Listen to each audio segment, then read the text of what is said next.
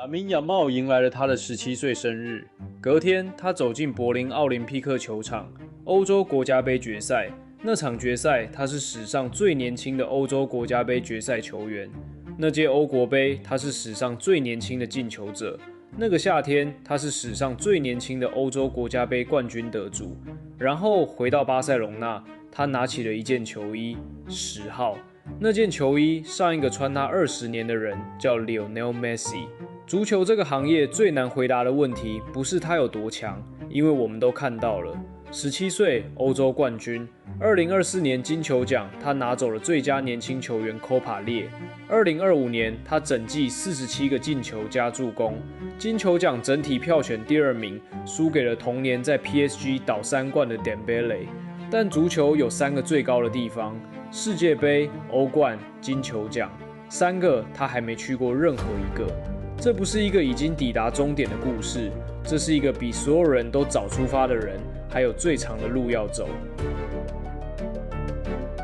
拉明亞茂的祖母一個人偷摸上了一班從摩洛哥開往西班牙的巴士，沒有計劃，沒有任何保障。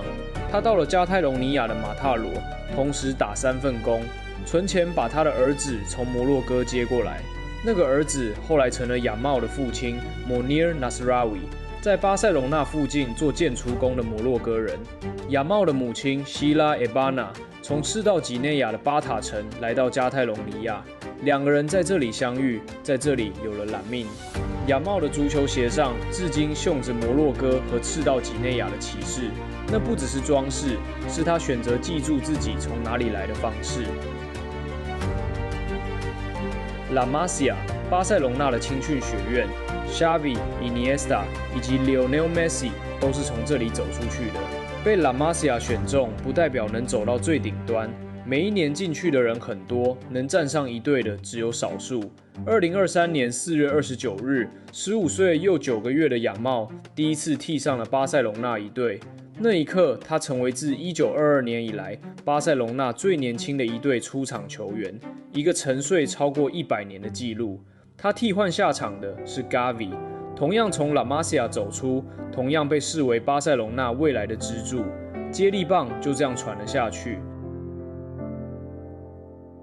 2024到25球季，亞茂開始用數字說話，他的助攻數讓整個聯賽的後衛都知道要雙重盯防他。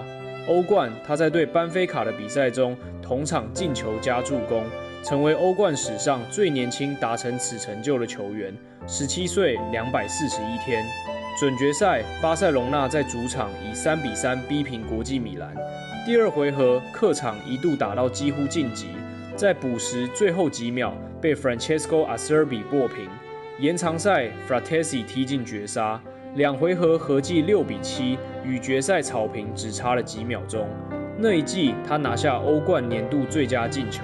那一季，巴塞隆納拿下了西甲、西班牙杯、西班牙超級杯3冠王。2025年7月，亞茂剛滿18歲，簽下了效力巴塞隆納至2031年的合約。俱樂部把10號交給了他。那件球衣 ，Diego Maradona 穿過 ，Ronaldinho 穿過 ，Lionel Messi 穿過整整20年。消息公布的當天，巴塞隆納賣出7萬件10號球衣，創下俱樂部歷史上單日銷售的最高紀錄。連當年 Messi 球衣的銷售速度都沒有這麼快。亞茂說：“我不想成為任何人的接班人，我只想建立屬於自己的道路。”但穿上那件衣服，重量從第一天起就已經不由你說了算。2025到26球季，他第一次整個球季都穿着10號上場。那個春天，巴塞隆納在 El Clasico 獨敗皇家馬德里，衛冕西甲冠軍。他18歲，還在長大。2024年夏天，西班牙把亞茂帶去了德國。他是整屆歐洲國家盃年紀最小的球員。16歲338天，史上最年輕的歐洲盃出場球員。他的某些對手職業生涯開始的時間比他出生的時間還要久，但西班牙需要他，不是因為沒有別的選擇，而是因為在場上他能改變整支球隊的節奏。小組賽3場，亞茂的速度和視野讓對手防線不斷出錯。八強世界的眼睛開始真正鎖定在他身上。2024年7月9日，慕尼黑安聯球場，西班牙對法國。開賽不久，法國進球0-1，然後是亞茂，距離球門約25碼外，他接到球，切回左小弧線，打在門柱內側入網，整座球場靜了1秒鐘。16歲362天，歐洲國家杯史上最年輕的進球者，打破了Johan von Lanfen在2004年創下保持整整20年的紀錄。那粒進球後來獲選為 Euro 2024最佳進球，西班牙繼而逆轉2-1挺進決賽。準決賽結束後，亞茂說他想在德國好好慶祝即將到來的生日。7月13日，星期六，Lamine Yamal 17歲了。7月14日，他走進柏林奧林匹克球場，西班牙對上英格蘭。他出現在決賽的每一個重要時刻。比賽結束，西班牙2-1勝出。Lamine Yamal成為歐洲國家杯史上最年輕的冠軍得主。他還是賽事的青年最佳球員，同時拿走了最佳進球獎。整屆賽事7場比賽，507分鐘，1球4助攻。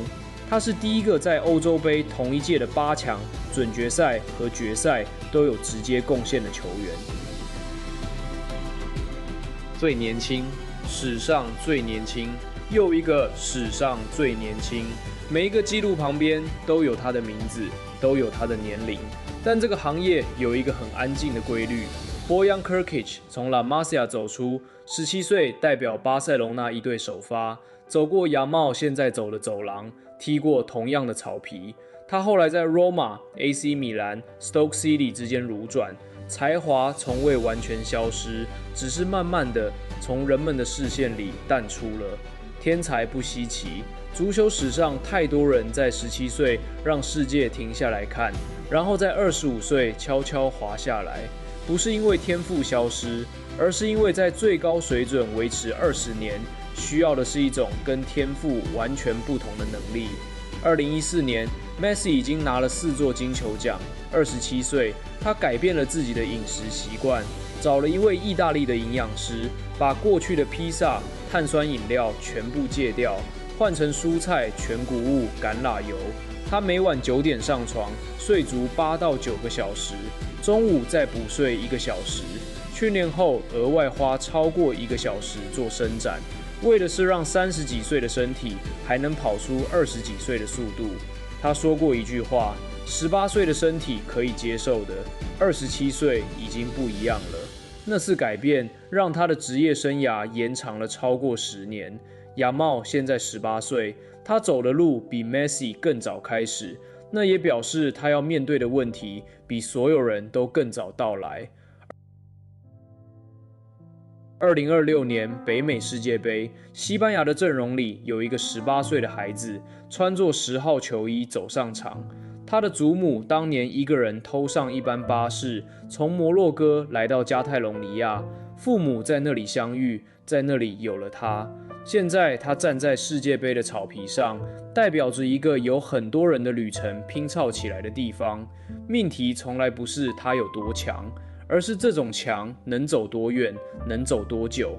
這個答案可能要等20年才能知道，但這個世代的球迷現在就已經在見證了。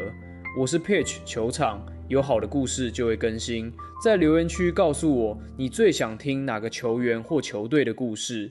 好的主題我不會錯過。如果你對這種足球故事有興趣，歡迎訂閱與追蹤。我們下集見。